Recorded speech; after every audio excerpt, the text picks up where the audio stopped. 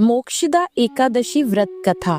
धर्मराज युधिष्ठिर कहने लगे कि हे भगवान, मैंने मार्गशीर्ष कृष्ण एकादशी अर्थात उत्पन्ना एकादशी का सविस्तार वर्णन सुना। अब आप कृपया करके मुझे मार्गशीर्ष माह के शुक्ल पक्ष की एकादशी के विषय में भी बतलाइए। इस एकादशी का क्या नाम है तथा इसके व्रत करने का क्या विधान है, इसकी विधि क्या है, इसका व्रत करने से किस फल की प्राप्ति होती है, कृपया यह सब विधान पूर्वक कहिए। भगवान श्री कृष्ण बोले, मार्गशीर्ष माह के शुक्ल पक्ष में आने वाली इस एकादशी को मोक्षदा एकादशी कहा जाता है। यह व्रत मोक्ष देने वाला तथा चिंतामणि के समान सब मनोकामनाएं पूर्ण करने वाला है, जिससे आप अपने पूर्वजों के दुखों को खत्म कर सकते हैं। इसका महात्म्य मैं तुमसे कहता हूँ, ध्यान पूर्वक सुनो। गोकुल नाम के नगर में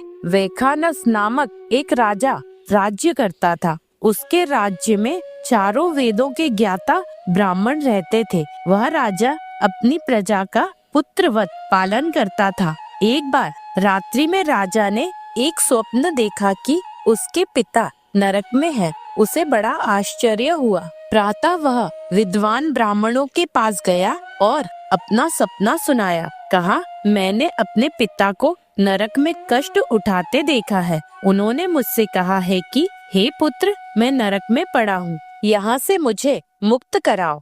जब से मैंने ये वचन सुने हैं तब से मैं बहुत बेचैन हूँ। चित्त में बड़ी अशांति हो रही है। मुझे इस राज्य, धन, पुत्र, स्त्री, घोड़े, हाथी आदि में कुछ भी सुख प्रतीत नहीं होता। क्या करूं? राजा ने कहा, हे ब्राह्मण देवताओं, इस दुख के कारण मेरा सारा शरीर जल रहा है। अब आप कृपया करके कोई तप, दान, व्रत आदि ऐसा उपाय बताइए जिससे मेरे पिता को मुक्ति मिल जाए। उस पुत्र का जीवन व्यर्थ है जो अपने माता पिता का उद्धार ना कर सके। एक उत्तम पुत्र जो अपने माता पिता तथा पूर्वजों का उद्धार करता है, वह हजारों मूर्ख पुत्रों से अच्छा है। जैसे एक चंद्रमा सारे जगत में प्रकाश कर देता है, परंतु हजारों तारे नहीं कर सकते। ब्राह्मणों ने कहा, हे राजन, यहाँ पास ही भूत, भविष्य,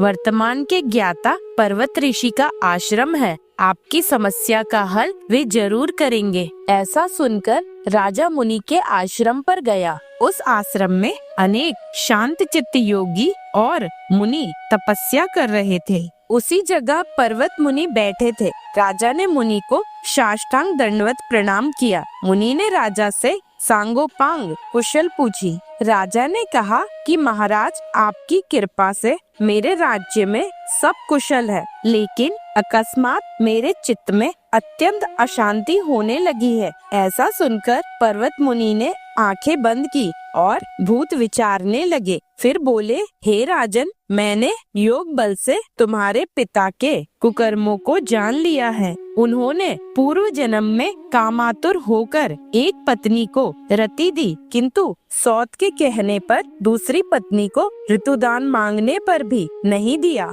उसी पाप कर्म के कारण तुम्हारे पिता को नरक में जाना पड़ा। तब राजा ने कहा, इसका कोई उपाय बताइए। मुनि बोले, हे राजन, आप मार्गशीर्ष एकादशी का उपवास करें और उस उपवास के पुण्य को अपने पिता को संकल्प कर दें। इसके प्रभाव से आपके पिता की अवश्य नरक से मुक्ति होगी। मुनि के ये वचन सुनकर राजा महल में आया और मुनि के कहने के अनुसार कुटुंब सहित मोक्षदा एकादशी का व्रत किया।